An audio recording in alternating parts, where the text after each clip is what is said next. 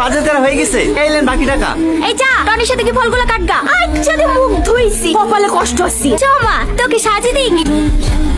কাঁদেন না, আপনি এবারে বড় মেয়ে হওয়ার পরে আপনার উপরে যেভাবে অত্যাচার করে দেখি আমারই কষ্ট হয়। আজ যদি আপনার আব্বু বেঁচে থাকতো তাহলে কোনোদিন আপনাকে এইভাবে কষ্ট দিতে পারতুক না। আপনি যত তাড়াতাড়ি পারে ভালো একটা ছেলেকে বিয়ে করে এবারে থেকে চলে যান। চুপ করো, তোমার কথা কেন দিতে বলিনি। এই সালমা মানুষ চলে এসেছে, তাড়াতাড়ি ফলগুলো রেডি করলি আয়। হ্যাঁ আসি মা। চাকরি ভাই বছর খানিক হইলো, আর আব্বা পাটের ব্যবসা করে, ওইগুলো দেখাশোনা করতো। আপনাদের বাড়ি রংপুরের বাজারে, হ্যাঁ না ভিতর পানে? একবারে বাজারে, ওই যে আর এম নার্সিং হোমটা আছে না, ওর পাশেই। লেন ভাই চা খেলেন। আব্বা যৌতুক আছে, এই আমার পছন্দ না। এখন তো কি দাঁড়ান আমি তুলে দিছি। সরি চলছে নাকি? না না ঠিক আছে। আব্বা আমি এই মেয়েটাকে বিয়ে করবো। বিয়ে করবে বলে বিয়ে দিতে পারে কি? একটা মেয়েকে দেখতে আরেকটা মেয়ের দিকে নজর, আপনার তো চরিত্রই ভালো না। বেরেন বাড়ি থেকে। এই বাবু চ। দিল্লি তো আমার মেয়ের বিটা খাইনি। বিশ্বাস করেন মা, আমার কোনো দোষ নাই। আমি শুধু চাবিটা তুলতে গেছিল। চাবি তুলতে গেছিলেন না? ছেড়ে থাকবে না কেন? ওর থেকে কত ভালো ছেলে আছে। সমস্যা তো হয়েছে আপনার সৎ মেয়ের লেগে। পাড়াতে অনেক লোকের বিয়ে ভেঙে দিচ্ছে, বলছে বড় মেয়েকে রেখে ছোট মেয়ের বিয়ে দিচ্ছে। তাকে না আপনাকে বড় মেয়েটার বিয়ে দেন। ওর বিয়ে দেবো কি করে? ও বিয়ে হয়ে শ্বশুর বাড়ি চলে গেলে বাড়ি কাজগুলো কে করবে? আরে বুঝতে পারলেন না ভাবি, ভাইরে বিয়ে দেওয়ার কথা বলছি নাকি? আপনাদের বাড়ি কাজের ছেলেটার সাথে বিয়ে দিতেন না? এই গ্রামে থাকবে, আপনার বাড়িতে কাজ করবে, দুবেলা দুটো দুজনকে খেতে দেবে, তাহলে হয়ে যাবে। কথাটা তো তুমি খারাপ বলুন। এই টনি ছাদের উপর থেকে নেমে আয়। আসছি খালামা। বলেন খালামা। ধানগুলো গোছানো হলো? হ্যাঁ খালামা হয়ে গেছে, আর দু বস্তা মতন হবে। ঠিক আছে পরে করিস, যা পাঞ্জাবে পরে আইগা। কেন খালামা?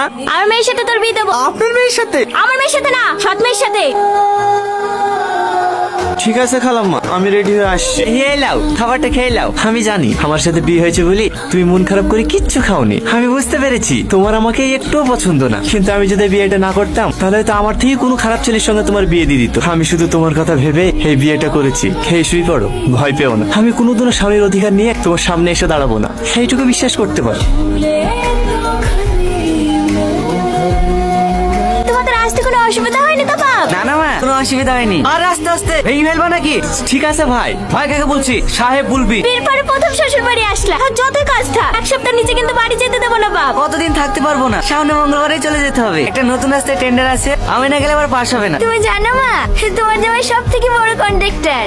তোমার জামাইয়ের আন্ডারে 200-এরও বেশি লোক কাজ করে। তোমার জামাইয়ের ওখানে বিশাল সম্মান, কেউ স্যার ছাড়া কথাই বলে না। আর আমাদের অশিক্ষিত গুলো আছে, তাকে কি বলি সম্মান দেয় সেটাই জানেন। ওষুধটা খেয়ে কম হলো? হ্যাঁ একটু কম লাগছে। এই লাও হাতাতে চা করে নিয়ে আসনু, খেয়ে লাও, মাথা ধরেটা কমে যাবে। তুমি একটু আরাম করো, আজকের ও বাড়িতে কাজে যেতে হবে না। না না ভাই এসছে, ভালো মন্দ খাবার করতে হবে, না গেলে হয়। ও আমি ম্যানেজ করে নেবো, এ অসুস্থ শরীর আজ যেতে হবে না। কিনে আমার বদলে তুমি রান্না করবে নাকি? কেন আমি রান্না করতে পারিনি নাকি? যাও সাইকেলটা বের করো, অত অসুবিধা হবে না।